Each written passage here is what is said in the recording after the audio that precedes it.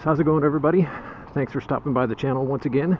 Remember, if this is your first time here, to go ahead and hit that subscribe button and tap that little like thingy, a little thumbs up, y'all know what I'm talking about, and hit that little bell notification thing so you know when I upload videos. I would surely appreciate it because it helps my channel out.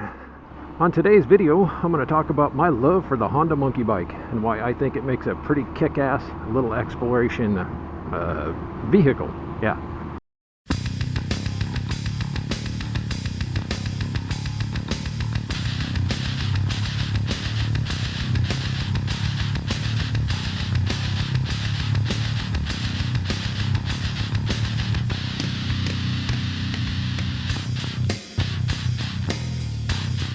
So in this video, I have absolutely no destination in mind. I'm just out here cruising around on the backcountry roads, just seeing where this little bike will take me. And that is what this thing excels at. It gets such good gas mileage, you can just fill up the tank and just kind of point it in any direction and just go. And what's really nice about riding around on a bike this small is you can pretty much get this thing anywhere, which I do sometimes, often illegal places, but because I post my videos on YouTube, I don't put things like that on YouTube. Now, I'm not saying I go riding through people's yards, tearing up their lawns and stuff like that, but I may have on occasion, you know, taken it down places like that say no motor vehicles.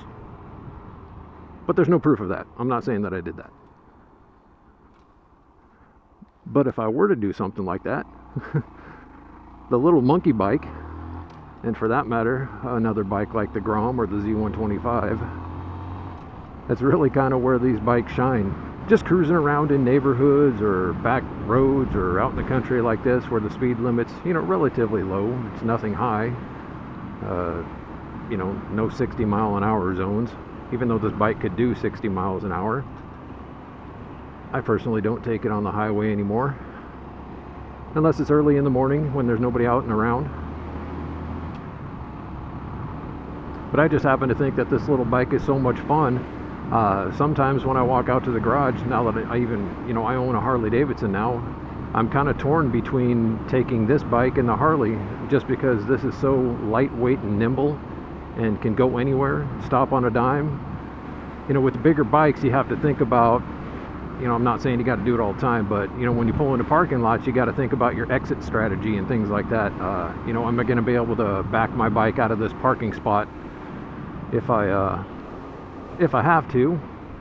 Is it going to be too heavy? You know, am I parking on a hill and it's going to kind of mess me up if I want to get out of here? And that's the nice thing about these little 125cc motorcycles. They're just so light. I mean, even if you did get it stuck somewhere, you can kind of just grab it and pull it out of a ditch, even if you dropped it in a ditch or something like that. I say something like that a lot, don't I? I think I'm going to have to work on stop saying something like that, or something like that.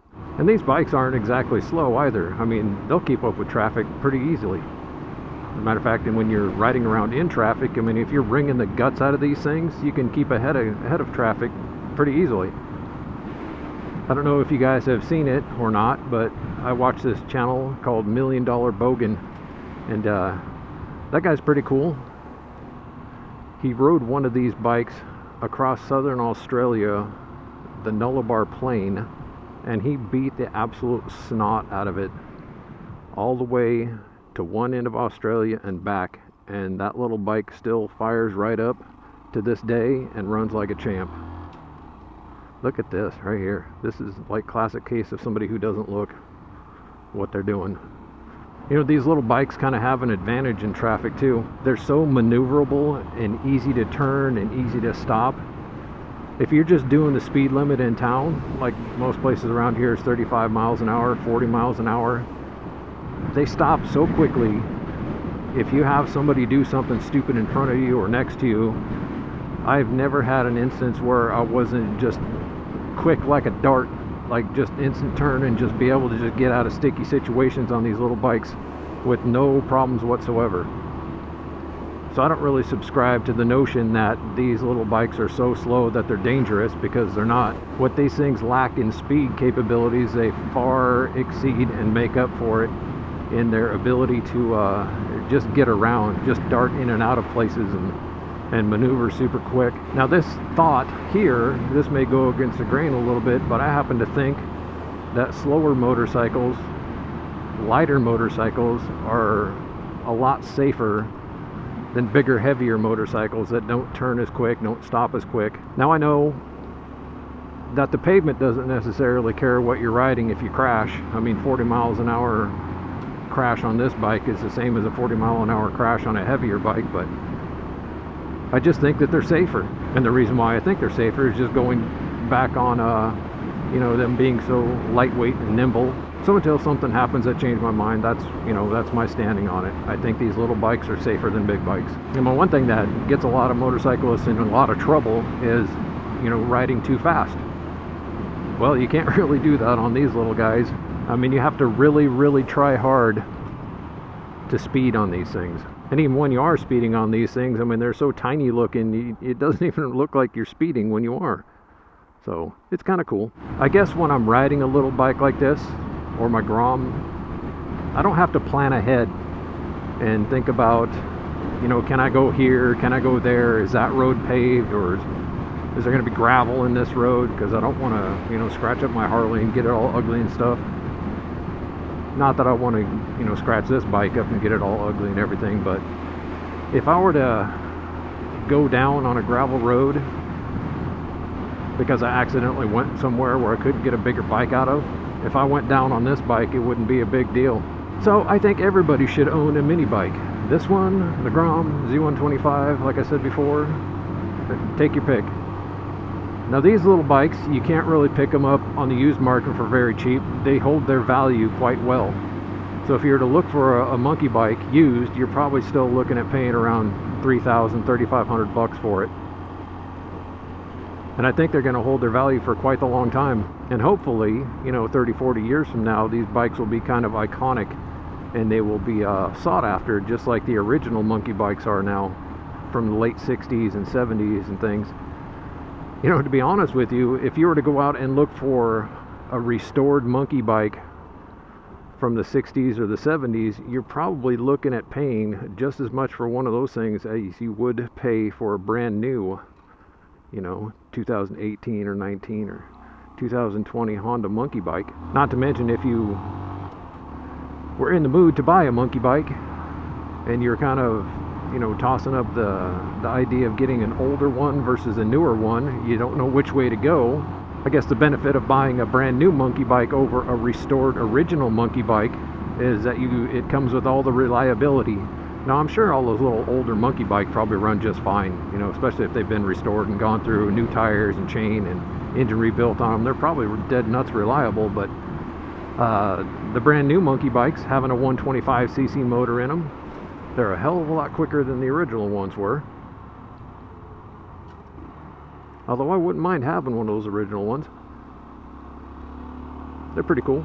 Now honestly, I do hold back on exploring some sketchy looking places on this bike because I'm kind of weird about my stuff. You know, when I go out and buy something that's brand new, I try to keep it as nice looking as possible for as long as possible.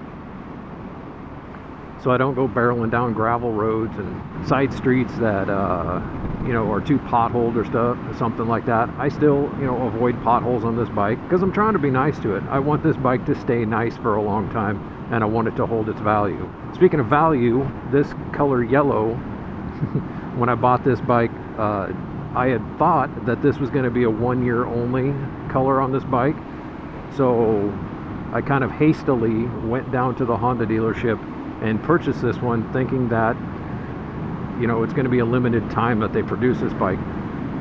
And I could be wrong, but I think they're still making this color, even though I've looked on the website, you know, just after I bought this bike, and it didn't mention yellow being produced for the next following year. I don't even remember what the heck year this is. Is this 2019? Probably. I don't know. You have to forgive me sometimes because my memory is quite shady. I guess it comes from being, you know, getting in too many fights and getting punched in the head when I was younger. We all have our flaws. My flaw is I can't remember shit. These bikes are absolutely just beautiful. I mean, this is one of the bikes that I've bought out of the 5 or 6 or 7 or 8 that I've bought now, brand new ones, that I will actually go out in the garage and I will just clean it. Even though it's clean already, I'll just go out there and, you know, wipe the dust off of it and check the tire pressure and look at the oil level and just, you know, clean all the little nasty bugs off of it and stuff like that. Because to me it seems like when you buy something and it's got that look back factor on it, it's kind of a pride of ownership sort of thing. And a lot of that comes from when you're out riding a bike like this around, people will turn their heads and look at it, and they'll, you know, when you're sitting at stoplights, they'll roll down their window and say, hey, that's a cool little bike. So there's a lot of pride and ownership when it comes to something like this. You know, Honda has a good track record of producing very reliable motorcycles, and this one is no different, considering it shares the engine with the Grom, the little 125cc.